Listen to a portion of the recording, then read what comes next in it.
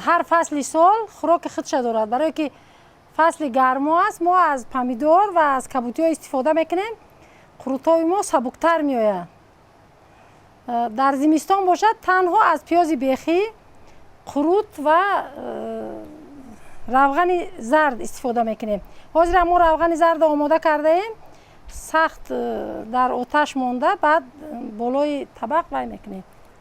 در بالای طبق همینه آورده میریزیم.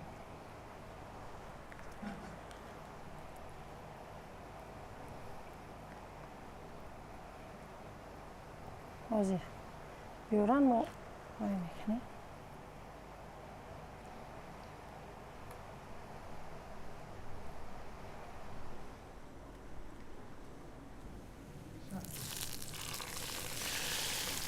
روغن زرد بالای قروتای تابستانه ریختیم. مرحمت قروتاب تیار. مردم همین